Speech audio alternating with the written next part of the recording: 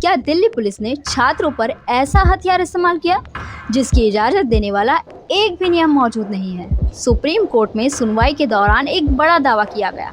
याचिकाकर्ता के वकील ने कहा कि उन्होंने 1967 से लेकर आज तक सभी नियम और रिकॉर्ड खंगाल लिए, लेकिन दिल्ली पुलिस के किसी भी स्टैंडिंग ऑर्डर या रेगुलेशन में पैलेट गन के इस्तेमाल की अनुमति नहीं मिली। From 1967 to now, there is not a single standing order or regulation mentioning the use of pellet gun. वकील ने बताया कि पैलेट गन का इस्तेमाल पहले 2010 और 2016 में कश्मीर में हुआ था।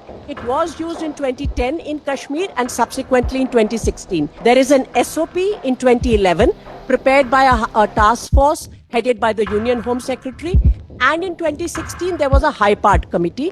That report is not available. लेकिन दिल्ली पुलिस के पास इसे लेकर कोई स्पष्ट नियम सामने नहीं है। There is no standing order of Delhi police that allows even the use of pellet gun or mentions the weapon of pellet gun. इस पर सुप्रीम कोर्ट ने कहा कि अगर ऐसा कोई नियम या स्टैंडिंग ऑर्डर है तो पुलिस एफिडेविट दाखिल करके कोर्ट के सामने पेश करे। साथ ही कोर्ट ने यह भी कहा कि भविष्य के लिए एक ऐसा स्पष्ट प्रोटोकॉल तय होना चाहिए कि अगर पैलेट गन का इस्तेमाल हो सकता है तो किन परिस्थितियों में और किस स्तर पर। The petition is not saying the police should not have anything to protect itself.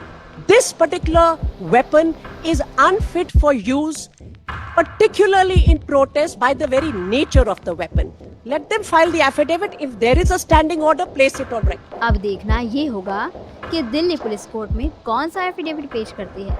आपको क्या लगता है? अपनी राय हमें कमेंट में जरूर बताएं।